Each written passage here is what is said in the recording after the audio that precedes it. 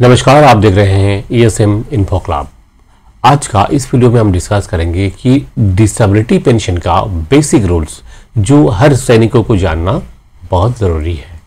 तो क्या वो रूल्स है और इनमें हम क्या क्या कवर करेंगे। देखिए, इसमें हम बेसिकली जानेंगे कि डिसेबिलिटी पेंशन क्या है, देन इनवैलिड पेंशन क्या है और इम्पेयरमेंट रिलीफ क्या है।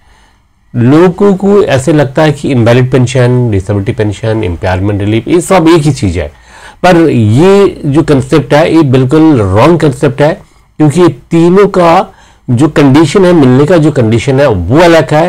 तीनों का रेट एंड अदर बेनिफिट्स ये सब कुछ अलग है। तो इसलिए आपको अगर डिसेबिलिटी पेंशन मिल रहा है तो किस कंडीशन पर मिल रहा है, और अगर नहीं मिल रहा है तो क्यों नहीं मिल रहा है, आपका इंटाइटलमेंट क्या है। मान लीजिए आपका ये बीमारी है और इस तरह आप रिटायर हुए हैं। देखिए, आपका अगर डिसेबिलिटी पेंशन मेडिकल ग्राउंड्स पे जो भी पेंशन आपको मिलता है, इसके पीछे 2-3 चीजें जो है बहुत ज्यादा महत्व रखते हैं, जिनमें से सबसे बड़ी बात है कि आप किस तरह से रिटायर कर रहे हैं। आप जब फौज से रिटायर हो रहे हैं तो आपका जो रिटायरमेंट है वो रिटायरमेंट आप किस तरह से हो रहे हैं, ठीक है, ये सबसे बड़ी बात होती है। क्या आप पूरा सर्विस करके रिटायर हो रहे हैं, या फिर आपको मेडिकल बोर्ड द्वारा बोर्ड आउट किया जा रहा है, या फिर आपका कमांडिंग अफसर आपको सेल्टर अपॉइंटमेंट ना दे करके भेज रहे हैं, या फिर आप खुद ही डिस्चार्ज जाना है करके एक एप्लीकेशन दे रहे हैं, या फिर आप सेल्टर अपॉइंटमेंट ऑनलाइन करके जा रहे हैं। ये सब के लिए अलग अलग प्रोविजन है, ठीक है। देखिए, दो इंसान जिनका सेम बीमारी है, सेम परसेंटेज RMB में, लेकिन दोनों को पेंशन एक जैसा नहीं मिलता है, ठीक है। रीजन हो सकता है एक कि जिनका दोनों का जो पेंशन आउट हुआ है वो अलग अलग तरीके से, कोई एक बंदा जो है पूरा सर्विस करके आउट हुआ है, दूसरा हो सकता है कि डिस्चार्ज या टोन रिक्वेस्ट में आउट हुआ है, या फिर उनको सेल्टर अपॉइंटमेंट ना दे करके घर भेजा गया है। तो इसलिए एक एक केस टू केस बेसिस है हम आज डिस्कस करेंगे। कंप्लीट नॉलेज आपको मिलेगा आज के बाद। इस वीडियो को अगर आप पूरा देख लिया तो आपको कभी भी डिसेबिलिटी पेंशन के बारे में कोई डाउट नहीं रहेगा, ठीक है। तो एक एक करके हम डिस्कस करते हैं, फिर चलते हैं कंप्यूटर स्क्रीन पे। तो दोस्तों, सबसे पहला जो है कि types of release from service. आप सर्विस से किस किस तरह से रिलीज होते हैं, जो कि आप जानते हैं, फिर भी आपको मैं एक बार याद दिला देता हूं।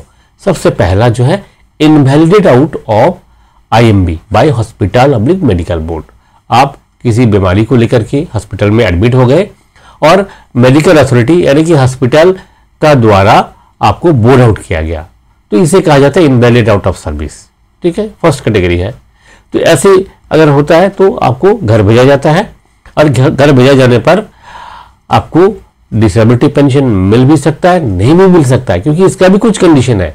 आपको इनवैलिड पेंशन मिल भी सकता है, नहीं मिल सकता है, कंडीशन है। हाँ, ये जान लीजिए कि ऐसे की अगर केस है, आपको डॉक्टर द्वारा घर भेजा जा रहा है, इनवैलिड आउट बोर्ड आउट करके घर भेजा जा रहा है, तो आपको दो तरह का पेंशन, दोनों में से कोई एक मिलेगा। या तो इनवैलिड पेंशन मिलेगा या फिर आपको डिसेबिलिटी पेंशन मिलेगा। अब कौन सा मिलेगा ये डिपेंड करता है कि आपका बीमारी किस तरह से ओरिजिनेट हुआ है, ठीक है। आपका जो टाइप ऑफ डिस्चार्ज तो पता चल गया, अब नेक्स्ट है कि आपका बीमारी किस तरह से ओरिजिनेट हुआ है। अगर एट्रिब्यूटेबल और एग्रीवेटेड है तो आपका सर्विस एक दिन भी है तब भी आपको disability element and service element दोनों मिलाकर के मोर देन सर्विस पेंशन। एक 5 साल का सिपाही को अगर बोर्ड आउट किया जाता है और उसका disability attributable and aggravated by military service है, तो उनको एक 24 साल का हवलदार से ज्यादा पेंशन मिलता है, ठीक है। कारण यह है कि उन्हें service element and disability element दोनों पेंशन मिलता है। वहीं अगर बोर्ड आउट किया गया हुआ और एक बंदा का 9 साल सर्विस है, एक का 10 साल सर्विस है, तो एक को मिल सकता है, जिनको 10 साल सर्विस हो गया उनको मिल सकता है, 9 साल वाले को नहीं मिल सकता है। अब यहाँ पे मैं डिसेबिलिटी पेंशन का बात नहीं कर रहा हूं, मैं बात कर रहा हूं इनवैलिड पेंशन। इनवैलिड पेंशन कहां पे ऑथोराइज है? जहां पे आपका जो डिसेबिलिटी है वो नॉट एट्रिब्यूटेबल नॉट एग्रीवेटेड है। ये नॉट एट्रिब्यूटेबल नॉट एग्रीवेटेड क्या भला है, आगे जाके डिस्कस करेंगे। इस सेशन में ये जो स्लाइड है इसमें हम डिस्कस करेंगे कि कौन कौन सा टाइप ऑफ डिस्चार्ज है। देखिए फर्स्ट है, मैंने बता दिया कि इनवैलिड आउट ऑफ सर्विस, और सेकंड है no selected appointment granted by unit. Selected appointment क्या होता है? देखिए आप जब भी परमानेंट कैटेगरी होते हैं ना, तो उस समय क्या होता है कि आपका कमांडिंग अफसर ये डिसाइड करते हैं कि इन्हें फौज में रखा जा सकता है या नहीं। रखा तब जा सकता है जब आपके लायक कोई काम इसमें हो। मान लीजिए आप इन्फेंट्री सोल्जर है, आपका काम है लड़ाई करना, ठीक है, और आप ऐसे कोई बीमारी से पीड़ित है जो कि आप लड़ाई में आपको भेजा नहीं जा सकता है, तो इस केस में क्या होगा, आपको एक अल्टरनेटिव अपॉइंटमेंट देना पड़ेगा। अल्टरनेटिव अपॉइंटमेंट का मतलब क्या है कि विकल्प नियुक्ति जिसे हिंदी में कहा जाता है। तो आपका विकल्प कोई काम आपको देना पड़ेगा। अगर इस तरह का विकल्प कोई काम यूनिट में है तभी आपको दिया जा सकता है। मान लीजिए इस तरह का टोटल एक यूनिट में 100 लोग हैं, 100 में से 10 लोगों को ऐसे विकल्प काम दिया सकता है। आप घर में आदमी हो गए तो क्या होगा, आपको घर भेजा जाएगा, है ना। तो इस तरह से कमांडिंग अफसर देखते हैं कि इससे क्या काम हो सकता है, क्या नहीं हो सकता है, इसका लायक कोई काम इन्होंने बचा भी है या नहीं। अगर नहीं है तो आपको घर भेज देगा। अगर इसमें आपको घर भेज देता है तो ये जो केस है ये इनवैलिडेट आउट ऑफ सर्विस में काउंट होता है। सेम जैसे कि बोर्ड आउट होता है ऐसे ही आप भी काउंट होंगे, ठीक है। इस चीज को आप ध्यान में रखिए। अगर आपका कमांडिंग अफसर ऐसे सोचते हैं कि आपको फौज में सेलेक्टेड अपॉइंटमेंट नहीं दिया जा सकता है और आपको भेजा जाता है, घर भेजा जाता है, ठीक है, तो ये जो केस है ये बिल्कुल बोर्डेड आउट केस में ही काउंट किया जाता है। एक बोर्डेड आउट पर्सन को जो भी ऑथोराइज है आपको भी वही ऑथोराइज होगा, subject to fulfilment of other condition, ठीक है।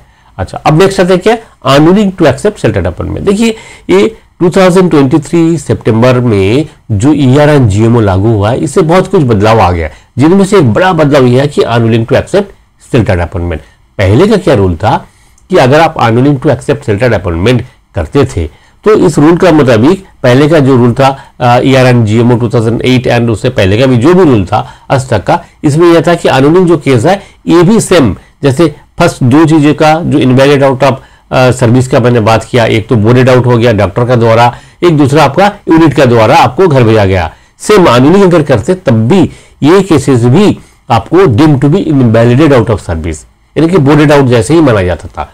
पर 2023 सितंबर में जो ईआर एंड जीएमओ लागू हुआ वहां से शुरू हुआ इस चीज को लेकर के बहुत सारा सवाल, और फाइनली ये सवाल क्लियर कब हुआ, 8 जुलाई 2024 को integrated headquarter ministry of defence ने एक क्लैरिफिकेशन इशू किया और वहां पे बोला गया कि अभी जो भी आउट होंगे, अभी जो भी अनविलिंग करके जो सेलेक्टेड अपॉइंटमेंट अनविलिंग करेंगे उनका जो डिस्चार्ज है वो अब से इनवैलिडेट आउट ऑफ सर्विस नहीं माना जाएगा। क्या माना जाएगा, डिस्चार्ज एट ओन रिक्वेस्ट माना जाएगा। और अगर डिस्चार्ज एट ओन रिक्वेस्ट माना जाएगा तो उन्हें डिसेबिलिटी पेंशन ऑथोराइज नहीं है as per ER and GMO 2023।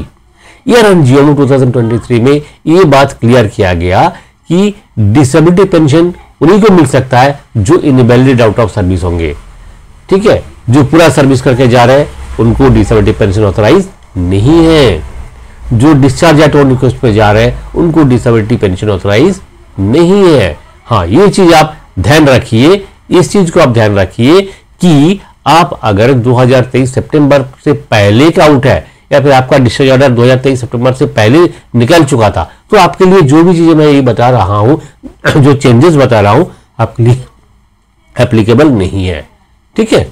और अनविलिंग का जो केसेस है 8 जुलाई 2024 से पहले जिनका डिस्चार्ज ऑर्डर निकल गया उनके लिए ये अनविलिंग वाला जो चेंजेस आया हुआ है ये भी आपके लिए एप्लीकेबल नहीं है। 8 जुलाई 2024 के बाद जिनका भी डिस्चार्ज ऑर्डर निकल रहा है उनके लिए सब चीज एप्लीकेबल है। अब आते हैं कि on completion of coloured service. देखिए on completion of coloured service जब आप रिटायर करते हैं, on completion of coloured service जब आप रिटायर करते हैं तो उस समय क्या है, आपको डिसेबिलिटी पेंशन ऑथोराइज नहीं है। आपको क्या है, डिसेबिलिटी पेंशन ऑथोराइज नहीं है। आपको जो ऑथोराइज है वो है इम्पेयरमेंट रिलीफ, आपको ऑथोराइज है इम्पेयरमेंट रिलीफ। अब नेक्स्ट है कि डिस्चार्ज एट ओन रिक्वेस्ट। देखिए डिस्चार्ज एट ओन रिक्वेस्ट एक तो अनविलिंग अगर करेंगे तो वो भी अभी से क्या है 8 जुलाई 2024 से discharge at own request count होगा। और दूसरा क्या है, आपका 15 साल सर्विस हो गया, मान लीजिए, तो आप आपका घर में कोई प्रॉब्लम है तो आप रिक्वेस्ट करके आप डिस्चार्ज जा रहे हैं, तो इस केस में क्या होगा, आपको सर्विस पेंशन मिलेगा। पर आप एनएमसी है तो आपको जो है डिसेबिलिटी पेंशन नहीं मिलेगा, आपको मिल सकता है क्या, इम्पेयरमेंट रिलीफ मिल सकता है। अगर आपका सर्विस 15 साल से कम भी है, आप ओन रिक्वेस्ट में जा रहे हैं, तब भी आपको इम्पेयरमेंट रिलीफ मिलेगा, पर सर्विस पेंशन या सर्विस एलिमेंट बिल्कुल ही नहीं मिलेगा। ठीक है, ये सभी जो है टाइप्स ऑफ सर्विस है। अब एक एक करके मैं बता देता हूं। देखिए, अंडरस्टैंडिंग पेंशन रेगुलेशन। अब पेंशन रेगुलेशन को आपको थोड़ा समझना होगा। देखिए, अकॉर्डिंग टू पेंशन रेगुलेशन 2008, जो कि 2008 का जो पेंशन रेगुलेशन है, ये 2021 में जाकर के रिवाइज भी हुआ है, और ईआर एंड जीएमओ 2023 का मुताबिक disability pension is applicable to invalidated out of cases only. वही चीज मैं यहाँ पे दोहरा रहा हूं। दूसरा क्या है, as for IHQ of MOD regulation 95 is likely to be amended soon. इसको आप जान लीजिए कि pension regulations for the army 2008 part 1 जो कि 2001 तक रिवाइज हुआ है, और ये हमारी वेबसाइट पे अवेलेबल है। आप ESM इन्फो क्लब में जाइए, वहां में ESM इन्फो क्लब का जो वेबसाइट है वहां पे रूल्स एंड रेगुलेशन में क्लिक कीजिए, तो वहां पे आपको ये रेगुलेशन मिल जाएगा। ठीक है, पूरा पढ़ सकते हैं। इस तरह का हजार इंफॉर्मेशन वहां पे है, आप देख सकते हैं। तो वहां पे इसको अगर आप पढ़ेंगे तो आपको पता लगेगा कि पेंशन रिलेटेड जो भी रेगुलेशंस है, जो भी रूल्स है, सारे कानून इसमें है। ठीक है, और इसमें एक 95 जो है वो अभी चेंज होने वाला है, क्योंकि 95 में जो प्रोविजन था कि आप अगर अनविलिंग टू सेलेक्टेड अपॉइंटमेंट करते हैं तब भी आपको इनवैलिडेट आउट ऑफ सर्विस माना जाएगा। पर अभी 8 जुलाई 2024 को minister of defence IHQ of MOD ने क्लियर किया कि नहीं, उन्हें इनवैलिडेट आउट ऑफ सर्विस नहीं माना जाएगा, उन्हें डिस्चार्ज एट ओन रिक्वेस्ट माना जाएगा। इसलिए उन्होंने ये भी बताया कि पेंशन रेगुलेशन 95 जो है वो चेंज होने वाला है। अब नेक्स्ट आते हैं कि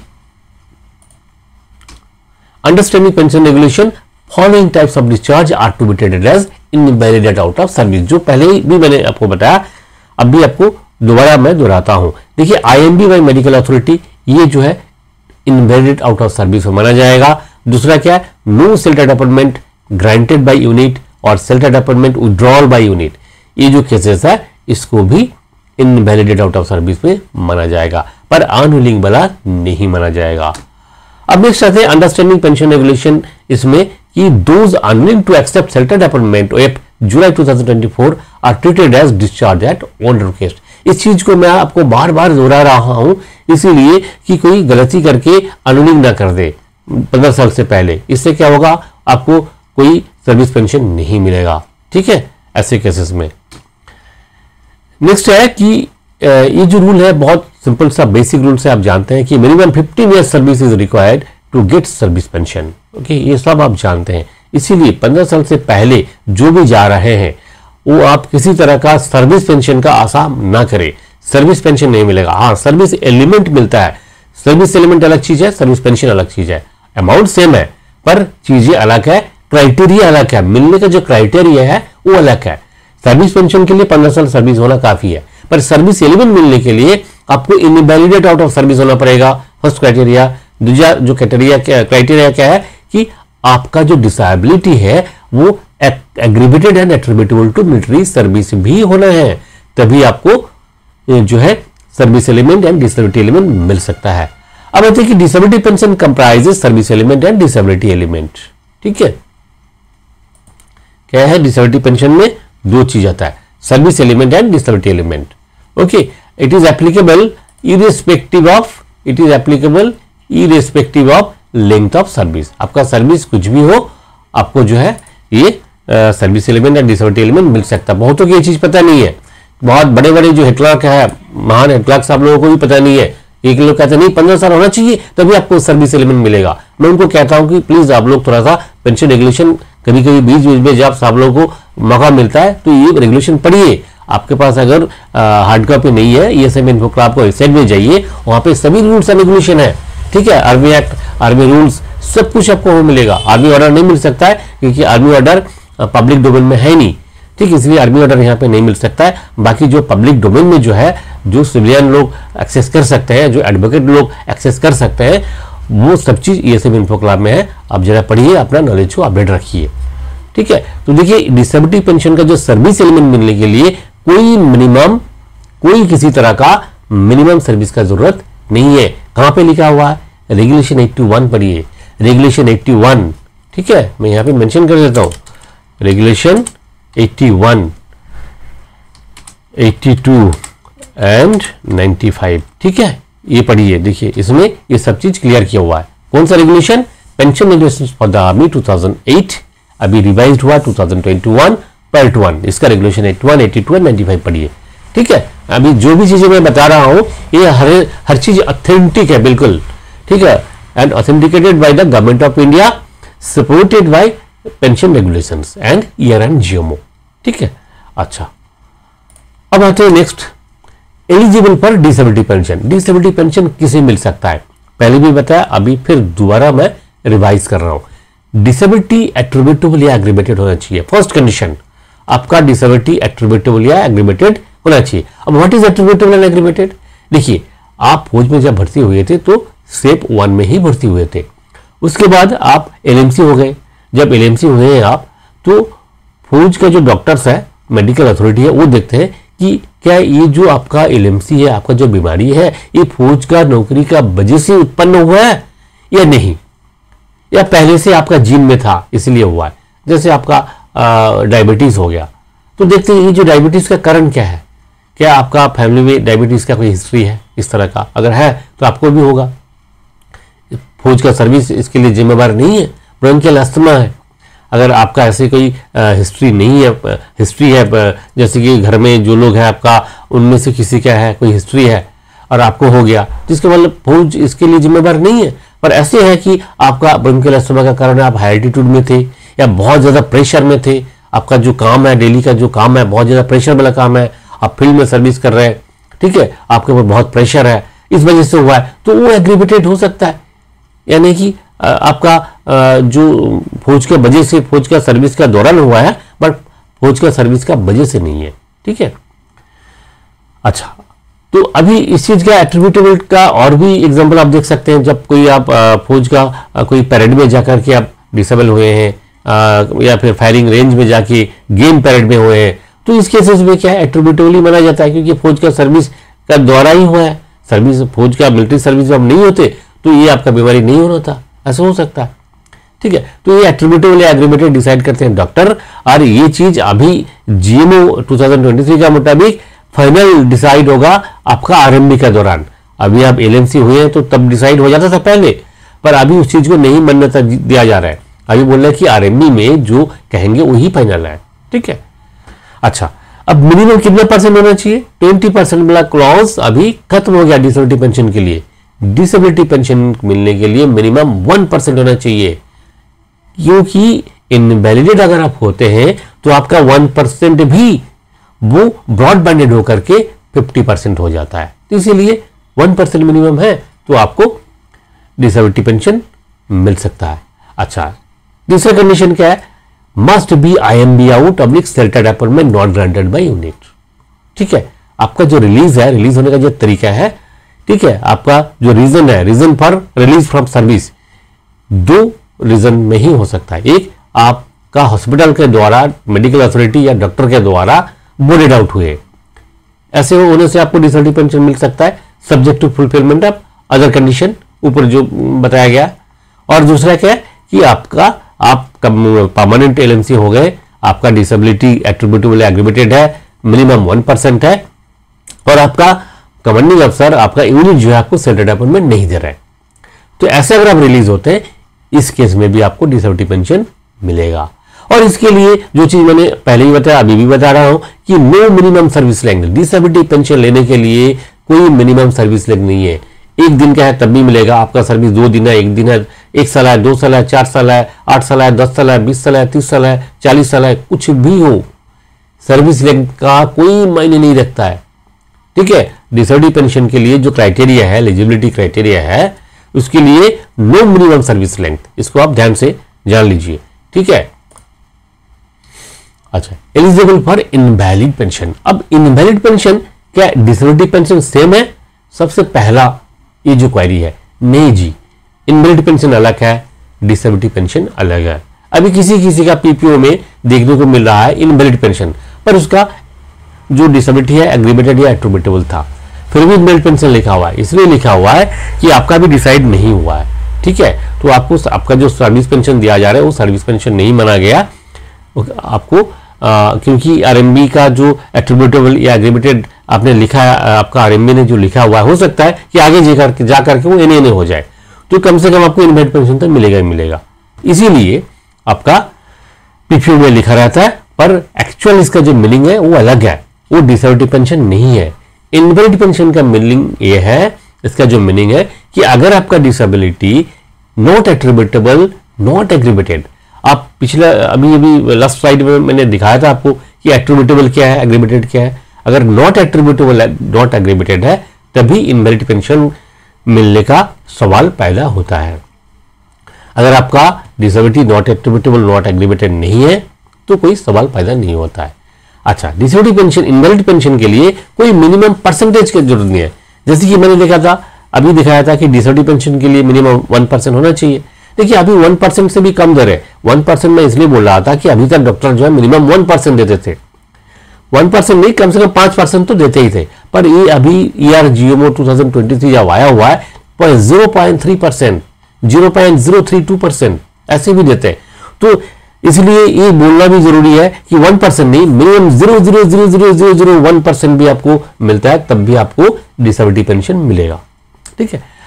अब इनवैलिड पेंशन के लिए कोई परसेंटेज का जरूरत नहीं है। आपका 1% हो, 0% हो, 100% हो, 30% हो, कोई भी परसेंटेज हो, इनवैलिड पेंशन आपका वही हिसाब है, उसका रेट वही है, ठीक है।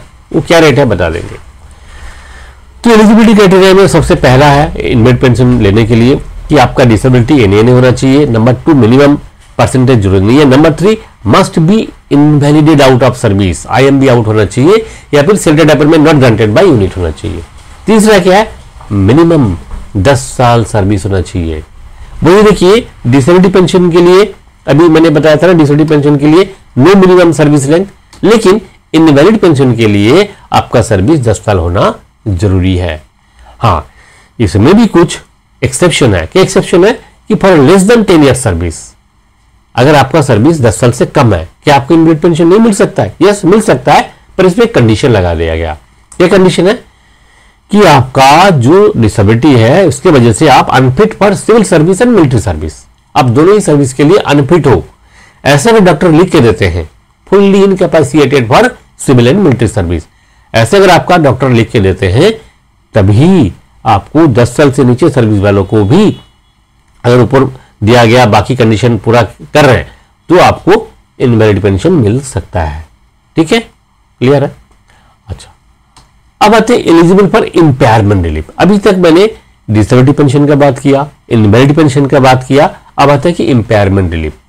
इंपेयरमेंट रिलीफ आपको मिल सकता है तब जब आप पूरा सर्विस करके जा रहे हैं या फिर डिस्चार्ज एट ओन रिक्वेस्ट, ठीक है। बोर्ड आउट होकर जा रहे हैं तो आपके लिए इंपेयरमेंट रिलीफ नहीं है, आपके लिए आइदर इनवैलिड पेंशन और डिसेबिलिटी पेंशन, दोनों में से जो भी आपको एप्लीकेबल है, जो कंडीशन का ऊपर डिपेंड करता है। पर इंपेयरमेंट रिलीफ किनको मिलता है? जो पूरा सर्विस करके जा रहा है या फिर प्री मैच्योर डिस्चार्ज जा रहा है, ठीक है। आपका डिसेबिलिटी 100% हो, कुछ भी हो, आप लड़ाई में आपको गोली लगा हुआ है, आपको डिसेबिलिटी पेंशन किसी हाल में नहीं मिलेगा। आपको क्या मिलेगा? इंपेयरमेंट रिलीफ मिलेगा अगर आप पूरा सर्विस करके जा रहे हैं। तो जो भी पूरा सर्विस करके जा रहे हैं उनको चाहे बॉर्डर में गोली लगा हो, कुछ भी हो, उनको डिसेबिलिटी पेंशन अब 2023 का जो ERGMO जब से लागू हुआ है, पूरा सर्विस करके जब अगर जा रहे हैं तो उनको डिसेबिलिटी पेंशन ऑथोराइज नहीं है। क्या ऑथोराइज है? Impairment relief. पर उसके लिए भी कुछ कंडीशन है। कंडीशन क्या है? नंबर 1 कंडीशन, आपका डिसेबिलिटी एट्रीब्यूटेबल या एग्रीमेंटेड होना चाहिए, first condition. Second condition, minimum 20% disability आपका होना ही चाहिए at the time of RMB। पहले क्या है उससे कोई मतलब नहीं है। तीसरा condition, must be retired after full service और PMR, प्री मैच्योर रिटायरमेंट, या फिर फुल सर्विस करके आप जा रहे हैं। तो ये है आपका ये कंडीशन। अब आते हैं रेट्स क्या है। देखिए डिसेबिलिटी पेंशन का रेट है कि 30% ऑफ डिसेबिलिटी पेंशन का जो रेट है क्या है? रेट मैं यहां पे बताता हूं, 30% of emoluments equals to 100% disability. ठीक है, अगर आपका डिसेबिलिटी 100% है तो आपको डिसेबिलिटी एलिमेंट कितना मिलेगा? 30% ऑफ एमोलूमेंट्स। एमोलूमेंट्स कौन सा बना है? आपका बेसिक पे, आपका मिलिट्री सर्विस पे, आपका क्लास पे और इस ग्रुप पे है तो इस ग्रुप पे, बस इससे ज्यादा और कुछ नहीं है। यही 4 चीज जो भी आपके लिए एप्लीकेबल है। बेसिक पे, आपका मिलिट्री सर्विस पे, आपका क्लास पे और एक्स ग्रुप पे अगर है तो।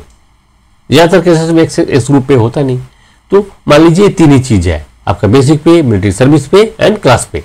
ये टोटल जितना होता है ये है एमोलूमेंट्स। इसी का 50% होता है आपका पेंशन, आपका फुल पेंशन होता है इसका 50%, और वही इसका 30% होता है आपका 100% डिसेबिलिटी। ज्यादातर लोगों को देखा जाता है कि 50% से नीचे डिसेबिलिटी होता है, तो 50% मतलब कितना होगा? ये 30% का हाफ होगा। ठीक है, अच्छा वही सेम चीज है, यही चीज आपका इंपेयरमेंट रिलीफ का केसेस में भी यही चीज है। ठीक है, इंपेयरमेंट रिलीफ का भी कैलकुलेशन सेम है। 30% of emoluments equals to 100% disability impairment. Okay, अच्छा अब आते हैं इनवैलिड पेंशन। इनवैलिड पेंशन का क्या रेट है? इनवैलिड पेंशन का रेट है इक्वल टू सर्विस पेंशन, यानी कि 50% ऑफ एमोलूमेंट्स। ठीक है, आपका 50% ऑफ एमोलूमेंट्स, लास्ट जो पे था, यानी कि आपका बेसिक पे, एमएसपी और क्लास पे और एस ग्रुप पे जिसका है उसका। ठीक है, ये जो सभी एलिमेंट मैंने बताया इसका 50% होगा आपका इनवैलिड पेंशन, यानी कि सर्विस पेंशन का जैसे ही है। तो यही है। अगर आपको और भी कोई क्वेरी है तो इस वीडियो का नीचे एक व्हाट्सएप ग्रुप का लिंक दिया हुआ है। ठीक है, तो अगर आपको लगता है कि मुझे ज़रूरत है और भी कुछ पूछना है तो उस लिंक पे क्लिक करके आप हमारे व्हाट्सएप ग्रुप है, एएसएम इन्फोक्लब का व्हाट्सएप ग्रुप है, वहाँ ज्वाइन कर लीजिए और उस ग्रुप में आप सवाल दे दीजिए। हमारे ग्रुप में बहुत सारे ऐसे एक्सपर्ट लोग हैं जो कि आपका सवाल का जवाब देंगे। अगर नहीं मिला तब भी नहीं मिला तो मैं तो हुई। ठीक है, तो इसी उम्मीद के साथ फिर मिलेंगे अगले वीडियो में। नमस्कार, जय हिंद, जय भारत।